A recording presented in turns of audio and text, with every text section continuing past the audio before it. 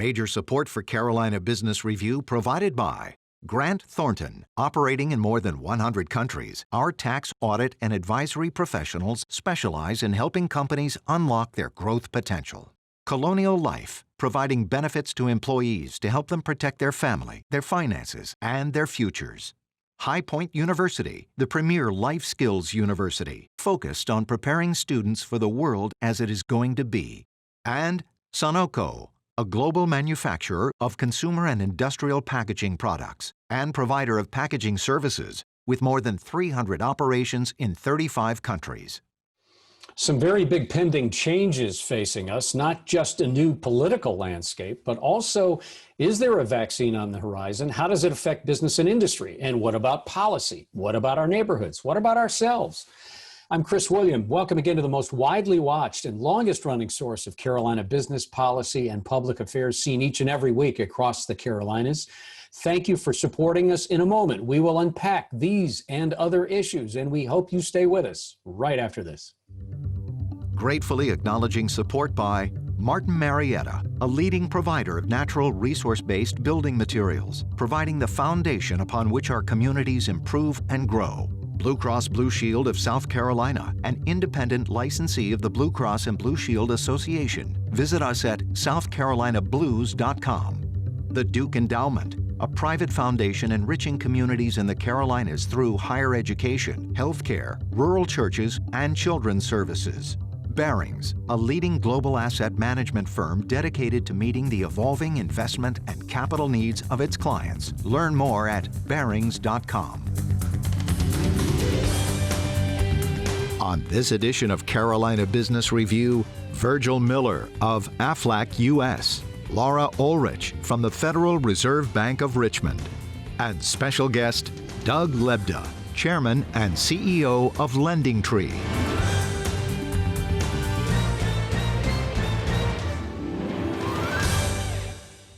Welcome again to our program, Virgil. Good to have you here. And Laura, Dr. Ullrich, good to have you back. Virgil, let's start with you. There is no doubt about it that COVID-19 is novel indeed, and it's rewritten the futures of many industries, not the least of which is the insurance business. So how is it rewriting the DNA of insurance? Yeah, hey, thanks, Chris. There's a lot to think about when you ask that question. There are a couple of things that really come to mind to me. First of all, when you think about insurance and insurance carriers, we're not thought about as being innovators. And really, for an insurance company in today's world, and you think about COVID, stay-at-home mandated orders, people began to rely on using digital technology more. So what we've done at Aflac is we've taken advantage of accelerating our digital journey. Most insurance companies were already investing in new technology and transformative, innovative ways for people to interact. We say at Aflac, we like to always design with the customer in mind first. And having said that, we began to look at how do our customers want to engage? Specifically, insurance carriers are there to be there during the time of need. I call it the moment of truth. And that's about that claims experience. And I began to just look at our numbers. It's more than 60% of consumers, of our customers, were beginning to attempt to file their claim digitally. Now, you take a look at that and say, that's 10 points higher than when we entered COVID. And just seeing that, what we wanted to do was to make sure that process is easy. Because really the second thing related to COVID that I think about is the fact that now more than ever, people are more conscious of their insurance products and their insurance needs. Phone calls come in on a regular basis. What do I have? If I contract COVID, am I covered? Do my current policies take that into consideration? So you add those two things together. People are more conscious now, want to make sure they're covered, and then they want to interact. They want this process to be easy. And so therefore, we've done what we call a digital acceleration and a digital transformation. And that's the new norm for us. Laura, as Virgil does a good job articulating this whole technology transformation, how much can many industries, not just insurance, but if we broaden this, how far can technology get businesses, not just during the lockdown, but going forward? Yeah, I think this has just accelerated a lot of that transformation that was already happening. You know, Right. necessity breeds invention for sure. And so, I mean, I think probably all of us have heard of new technologies or experienced them, right, in our day-to-day life. I know I've sat outside at restaurants that have just fully virtual menus now where you can even order and pay on an app where a few months ago that was nowhere on their radar, right? So I think that all sorts of industries are having to really innovate and like Virgil said, think about how do they provide the best customer experience right now, and also maybe in some ways that will be long lasting. I mean, there's going to be some of this transformation is going to have long-term impacts. So my guess is that for Virgil and the folks at Aflac, once COVID passes, they may see less people filing claims online, but it probably won't ever go back to the level where it was pre-COVID because people have just gotten used to doing new services online. And I will say, when we're out talking to businesses, which is a big part of my job as an economist of the Fed, we're hearing people all the time say things like, you know, we really have learned that there are technologies out there that we can use to be more efficient and to serve our customers better. Virgil, a couple of weeks ago, we saw Big Pharma was the first mover was Pfizer to say they had a vaccine that had 90% efficacy, at least 90%. When this happens, and clearly this has already started to happen, when we see other big pharma do this, is this mean, it's probably not the right way to ask it, but sir, I think you're going to understand the implication of it. Does this mean that we snap back to some normal in a very quick period of time? No, I don't believe it to be true. I think this is the new norm. And I'll give you a few examples of that. And, you know, not just, I think you said it best, not just insurance companies, as Laura indicated, throughout, you know, all different types of industries have found that they've been just as successful. So if you think about Aflac, one of the things we do for our agents, those that sell our insurance, they normally sell face-to-face. We normally do it through the work site. Yeah. Well, if you think about this now, a lot of businesses have closed or they're working remote, working from home, just as we are right now. And we found that we are successful in doing that. So things like virtual technology that allow you to virtually meet, to do enrollments. Think about what you're doing here today. This is a virtual meeting. Just as successful, we're able to get our points across. You're going to see there are a lot of things that's just normal now. The selling aspect, the ability for you and I to communicate. Technologies such as electronic signature have made it a lot easier for us. And then you also think about everyone's trying to also save money for expenses during this time. Getting away from a paper-based world and going to a digital world just makes companies more efficient. And then I'll make one last point. I think just all of us have realized also that you don't have to always be face-to-face to get things accomplished. We've noticed that travel, and I'm sure that a lot of organizations put travel on hold right now, but beyond that, there's no need to just get on the plane and go sit with someone face-to-face. Zoom, other communications like we're using today are just as successful. So to me, this is a new norm. Not to say that there still won't be some going back, but a lot of the things that have proven to be successful will remain constant going forward. Well, let me ask you in a different way. Let me ask you the point that there is a viable vaccine. Does it add enough confidence that people feel like we're approaching what an old normal was? Right. So I think there are a lot of unknowns right now. I was actually reading the other day that the Pfizer vaccine has to be stored at a very cold temperature and there aren't enough freezers to store it. So, you know, I think there's a lot of unknowns right now as to how quickly this can get distributed out to people like us, right? If that distribution goes well and people are able to get the vaccine easily in the spring, I think we could see people's confidence about going out and about increase substantially. But what we're seeing in the data that we look at regularly is that there's still a lot of people that are not comfortable going and sitting inside at a restaurant and things like that without the vaccines. I think until the vaccine comes into place. Mm-hmm. So I think there's a lot of unknowns in terms of distribution and how many people are willing to go and get it on their own. I think it's going to be a while until we see employment recover. I think GDP, we're only about 3.5% below where we were before COVID in terms of GDP, but in terms of employment, we're far below where we were pre-COVID. Mm-hmm. And I do believe the return to employment levels is going to be a longer period of time. Virgil, let me give you the last question and the last answer here before we bring on Doug Lebda. When you look at the overall economy, do you get a sense of optimism? Do you think 12 months from now, when you look at broad economic indicators and employment and capital investment, et cetera, are you more encouraged than you're discouraged? I'm absolutely encouraged. Just the fact that there is a vaccine coming is encouragement itself. The second thing, though, is, and I don't have a report in front of me, but there's information out there that I'm sure if you go to the web, you can find it about how many new businesses are supposed to be opening coming up in the first quarter next year. That's very encouraging to us. And then I think the last thing, too, is the fact that people have not given up. You know, this is one of the most catastrophic events in the history of the world. And you see people still going about day to day. As I go about myself, I see more and more people starting to engage publicly. Now, but being safe, wearing a mask is not a bad thing. Staying 6 feet apart is not a bad thing, but people can still, get about their day-to-day routines. And I'm starting to see that happen even more and more today. Mm-hmm. We are lucky to have somebody that has been on this program before and can be busy, is busy, and we're glad to welcome back the chairman and chief executive officer of what was a great idea about 20 years ago and seems to be still running strong, the chairman CEO of Lending Tree, Doug Lebda. Mr. Chairman, welcome to the program, and thank you for joining us. Thanks for having me.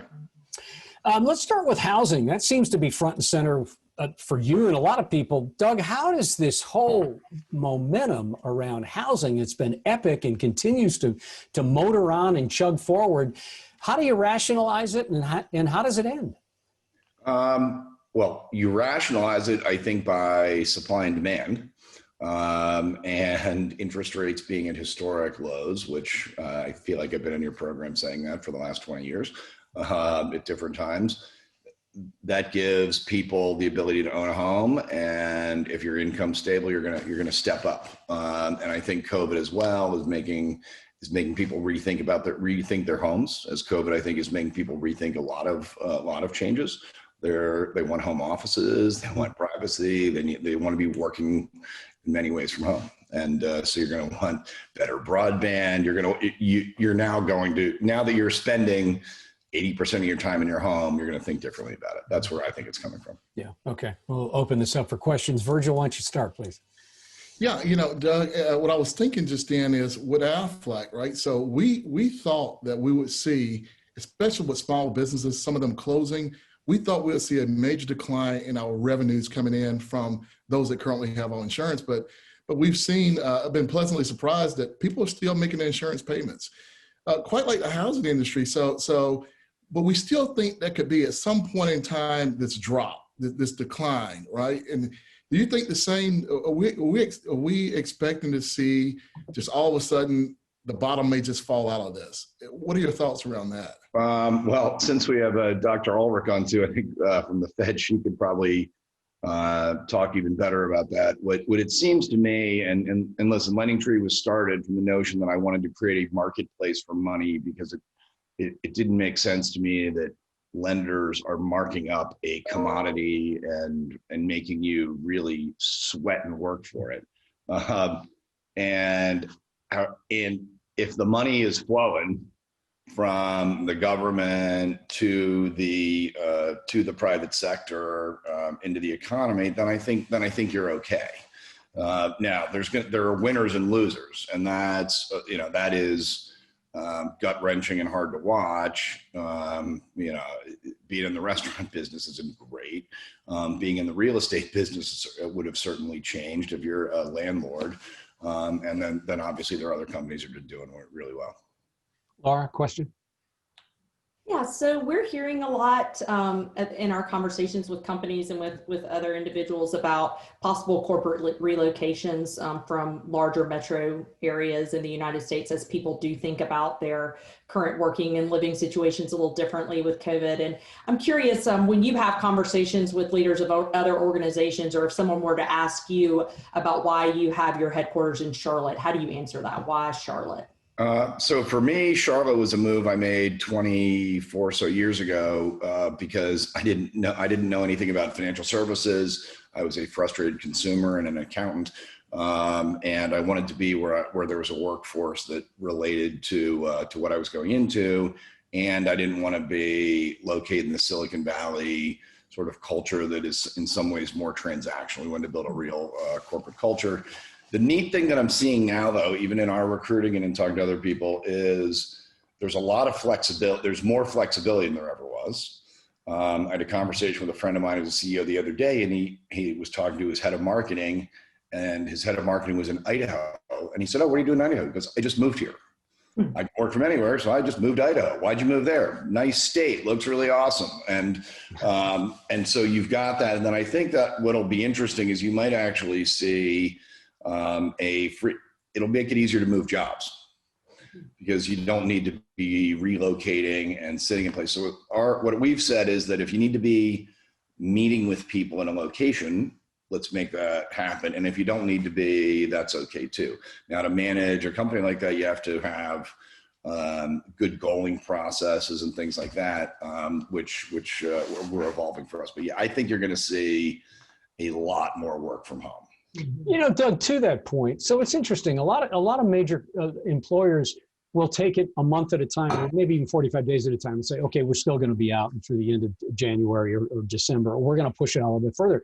LendingTree took this, and I'm not telling you anything, but LendingTree was progressive thinking enough to say we're out until March at least. Is this a more permanent solution? Do you expect that LendingTree is going to be much more a virtual workforce for the long term? No, I think the nice thing is we would be, you'd use, let's say we've got 1,100 seats for physical employees, and I can flex that to maybe 1,400 without changing offices. I could go to 2,000 employees with work from home, and if we needed to, and you can move that up and down. And then we're also giving, I think other companies are too, we're actually giving our employees not incentives, but we're actually helping them fund better internet, better headsets, childcare, et cetera. And it actually ends up saving you money. And the weird thing is we've seen our productivity actually go up. So in areas, for example, like if you just think about the time of a day, if you're writing computer code, you don't necessarily, if you're in an office, you've got a headset on, it's probably dark, and you're doing that for 8 hours a day. You had to take a shower, drive to the office, sit there, have 3 conversations with your colleagues, drive home, go out to lunch, and then drive home. And, if you can just roll out of bed and be working and be productive, and we've seen productivity increase across the board. Now we've also burnout. I'm sorry, go ahead.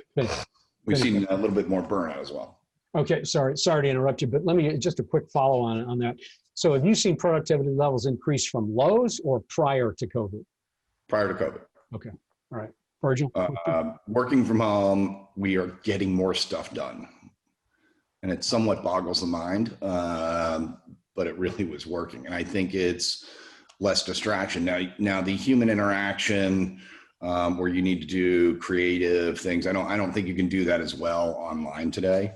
If you look at my office here, I've got a giant whiteboard on one wall, and so you miss that sitting around drawing things in a whiteboard. But for a lot of companies, I think it's going to change things.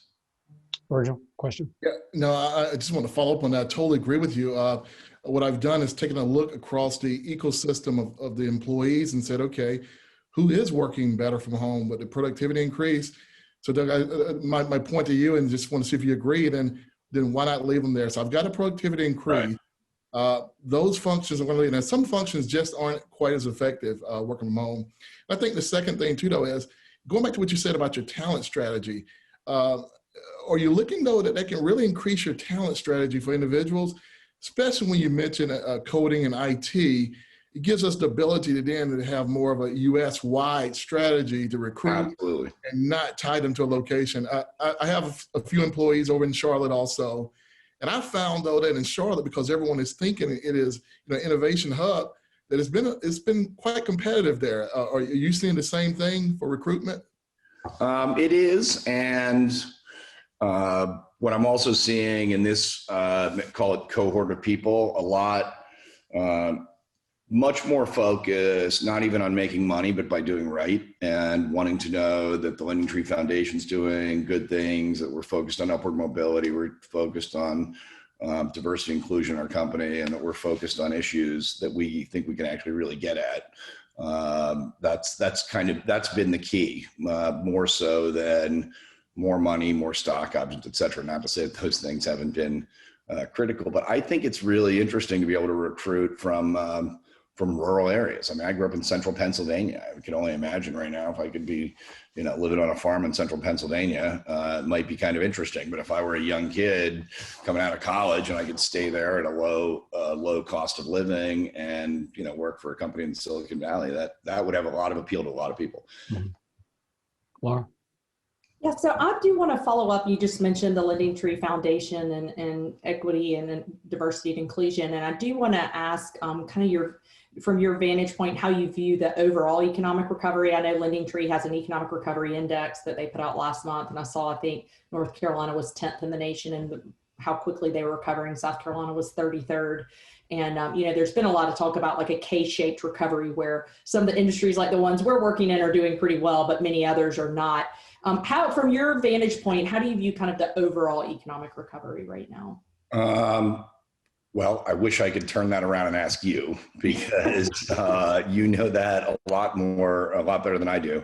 I've been historically wrong at interest rates and economic recoveries, and missed a few after my third financial crisis. I've missed a few. So I'm going to say I don't know. And to the interest of your viewers, it feels fine, but it just feels like winners and losers, and that bums me out because it feels like you've got you've got several companies that are going to the moon, and then you've got a lot of very, very, very struggling people who can't go buy food to put in their restaurants because they can't get working capital financing because the working capital financing, wasn't covered. And even in the PPP program, I had a lot of friends who got money and they didn't need the money. And then I knew other people who were really, really struggling. And so I think I think we're going to be fine. I just hope it can be more broad-based. So to that point, let's take it one step further, Doug. When you talk about those that are at a disadvantage, affordable housing comes to play in many of our urban cores. And that was, that had a certain arc and was being talked about in a certain way before 2020. And now seemingly it has more of a headwind. So what is the responsibility of a lender or an aggregate like Lending Tree to some degree? How do you lead in the area of affordable housing? What do you do? What do you say? Well, one thing, a small thing that we're doing, there's a great group in Charlotte that has done, we put money into a NOAA, it's an affordable housing fund to basically do refit and rehabilitation of existing housing. So you can leave people in the urban core. Basically think of it as rent controlled, nicer apartments. And then the key is to take a person, and there are a lot of great groups doing the Charlotte Family Housing and others, where you have to get your finances right. And your money in has to be, more than your money out. And you need to learn how to save and spend and earn and give. So what we've done, and it's always been a dream of mine, we launched this thing called My Lending Tree, and we did it years ago.